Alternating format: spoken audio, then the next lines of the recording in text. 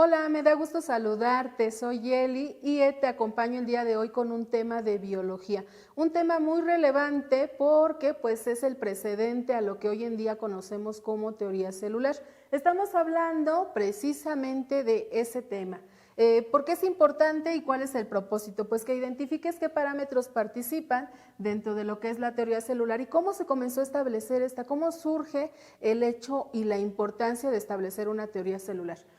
Pues vamos a hablar de algunos precedentes muy importantes. Aquí habría que mencionar que existen muchísimas circunstancias y muchísimos aportes por varios personajes respecto a lo que es la teoría celular. Sin embargo, pues vamos a hacer el análisis de algunas de ellas para que pues obviamente hagas labor de investigación y puedas también entender cómo todo este cúmulo de situaciones y aportes dan origen a lo que es la teoría celular. Vamos a comenzar con un personaje bastante interesante y fíjate, a pesar de que nosotros comenzamos con el establecimiento de esta ley, de este vocablo, de esta palabra célula, debido a lo que es Robert Hooke, ¿de dónde surgió este asunto? Pues bien, Robert Hooke nos mencionaba que tenía una similitud con lo que era en aquel entonces, pues las habitaciones de algunos monjes que estaban súper reducidas y que esta reducción le daba esta forma con la cual él hizo la analogía de lo que era una célula. Él decía que cuando la observó era muy similar a la célula de un monje, es decir, a su habitación. Entonces de ahí comenzó a acuñar el término, él no los genera y pues después se comienza a emplear de forma masiva. Después viene Leeuwenhoek, Antoine van Leeuwenhoek, y él nos habla de una situación en donde también ya hablaba de precedentes respecto a lo que es la célula. ¿Sí? ¿Qué hablaba de la célula?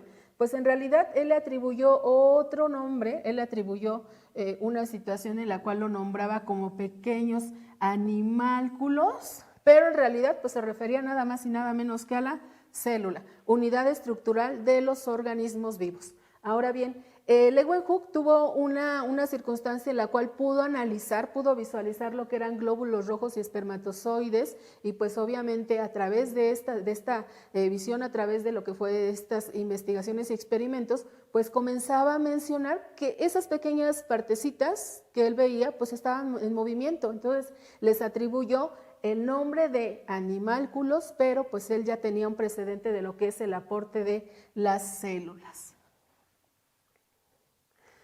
Otro personaje también del cual vamos a hacer mención es Barthélemy du Mortier. ¿Él qué hace? Él nos habla de lo que es el asunto de la fisión binaria como método de reproducción celular, habitualmente pues de tipo vegetativa. Entonces, ¿de qué nos habla esta fisión binaria? Pues nos habla de la forma en la cual se puede establecer lo que es la división de un organismo, la división de lo que sería un ser vivo para dar origen a dos. Esa fisión binaria pues nos está hablando de la generación de a partir de un solo individuo, de la generación de dos. Después tenemos otro aporte de Matthias Schelden, que pues ya nos habla un poquito más de lo que sería la estructura de esta teoría celular. ¿Qué nos decía él? Pues nos decía que aunque habitualmente se vinculaba más el término de la célula, el término de lo que es esta fisiología y esta situación de estructuralismo, se refería un poquito más a la situación de los animales. Él menciona que tras un análisis también las plantas tienen este elemento estructural, esta unidad estructural. Las células nos está mencionando que juegan un papel pues medular en lo que es el funcionamiento de los vegetales y acertadamente así lo planteó, nos trae consigo lo que es el aporte en donde analiza ese asunto donde nos dice, pues todo lo que está dentro de un vegetal nos habla de lo que son compuestos de células y lo que se realiza dentro de ella y el producto es también parte de lo que serían las células. Entonces comenzábamos ya a hablar un poquito de lo que era la situación de analogías respecto a ciertos pensares, pero pues que comenzaban a tener como que el mismo caminito. Todos al principio comenzaban a emitir ideas o aportes, pero a final de cuentas se dirigían a establecer lo que era una teoría celular. Después viene Theodor Schwann, en donde nos dice o propone que los animales también están estructurados mediante lo que es un cúmulo de células y que a partir de este cúmulo de células estamos hablando que se logra una estructura la cual da funcionalidad a los organismos. Entonces nos dice, pues esas células van a tener un papel fundamental para lo que es el desarrollo de la vida. Y también nos menciona que todo lo que estaba lo que funcionaba o todas estas funciones a final de cuenta, pues eran productos celulares. Prácticamente estamos hablando del aporte de este personaje. Después viene ya como tal el establecimiento de esta teoría celular. ¿De qué nos habla esta teoría celular o cuál es lo medular, cuál es lo importante de su análisis? Si nosotros hacemos precedentes más a fondo, vamos a encontrar muchos aportes. En el terreno, por ejemplo, de la genética, se comenzó a indagar en este aspecto porque hablemos del asunto de la importancia del análisis, por ejemplo, de todas las células que nos van a aportar. Todas tienen en el núcleo, hablamos de las células eucariontas, todas tienen en el núcleo lo que es el material genético y ese material genético es fundamental para lo que es la situación de la replicación celular o bien para la generación de nuevos individuos. Entonces, todos estos precedentes dan origen a la teoría celular. La teoría celular, en términos muy sintetizados, tiene 3 principios medulares. ¿Qué principios tiene? Pues en primera, y en la que pues citamos continuamente, en la que hacemos mucho énfasis, es en el papel de la célula dentro de los organismos vivos. La célula es y será la unidad estructural para dar la vida. Nos dice que entonces es la unidad básica de vida. Y efectivamente, si nosotros hablamos, por ejemplo, de un organismo monocelular, ¿qué va a suceder? En un organismo monocelular, una sola célula ya está llevando a cabo lo que son funciones vitales. Prácticamente a partir de una célula, en este tipo de organismos estamos hablando que ya hay vida. Dentro de los pluricelulares o multicelulares estamos hablando que pues existen millones y millones de células, cada una con una especialidad, cada una con una situación funcional que es muy, muy interesante y también súper importante para lo que es el desempeño de los procesos biológicos.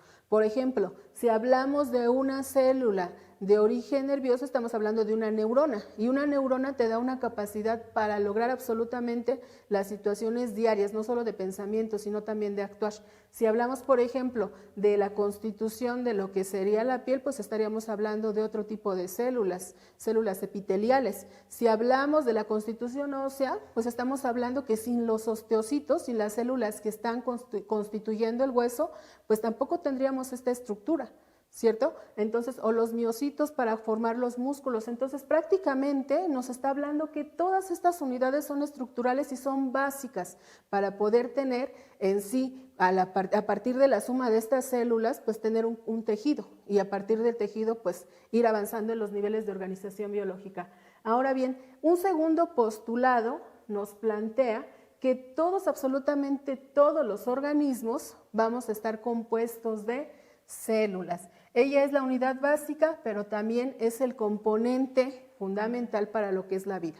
Si no tenemos células, no estaríamos hablando de un organismo vivo, así de fácil. Debido a que es la unidad estructural y básica de la vida, pues estamos hablando que todos somos un cúmulo de estas células. Y finalmente, pues nos habla de un tercer postulado que también nos va a hablar de la importancia y trata de hacer énfasis sobre lo que es el asunto de esta situación de la presencia de las células, y nos menciona que todas las células surgen de células preexistentes. Aquí tenemos que hablar, por ejemplo, de la cuestión evolutiva. Nosotros hablamos de que tenemos la presencia de 2 células, 2 tipos de células. Recuerda, tenemos la procarionte, que es una célula que pues carece de lo que es un núcleo bien definido, y debido a que carece de este núcleo definido, ¿qué va a ocurrir? Pues todo su material está regado en el citoplasma, todo el material genético está disperso en el citoplasma.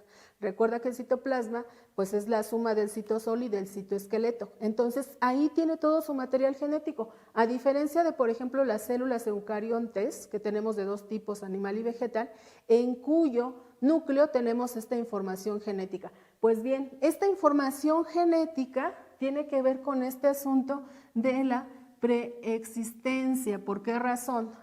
Pues porque si tiene una célula su material genético, cuando llega a lo que es su división celular, recuerda que la división celular está constituida por 2 situaciones: interfase, que es la preparación para la división celular, y lo que sería la fase mitótica, que es cuando se está dividiendo. Entonces, ¿qué va a pasar? Esa preexistencia tiene que ver con ello.